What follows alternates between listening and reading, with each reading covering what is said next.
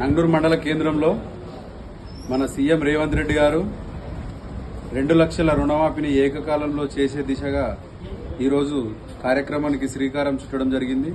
లక్షలోపు ఈరోజు 4 గంటల వరకు రుణమాఫీకి సంబంధించి చేయడం జరుగుతుంది. నంగనూరు మండల కేంద్రంలో దీనికి ప్రజలు మరియు అన్ని పార్టీలు దీనికి హర్షం వ్యక్తం చేస్తున్నాయి. పార్టీలకు అతీతంగా దీనికి మద్దతు వస్తుంది. గత ప్రభుత్వం బీఆర్ఎస్ ప్రభుత్వం రుణమాఫీ చేయడానికి 10 సంవత్సరాలు పట్టింది.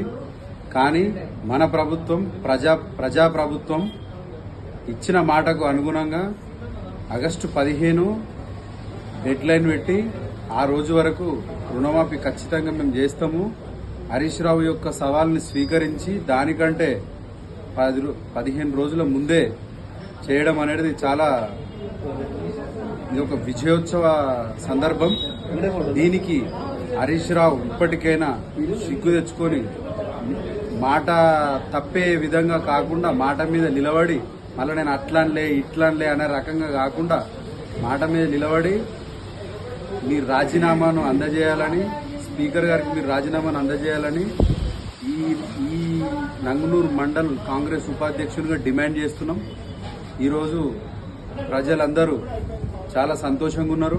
ప్రజా ప్రభుత్వం ఇక నుంచి మేమేం చేయబోతాం మీరు చూస్తారు.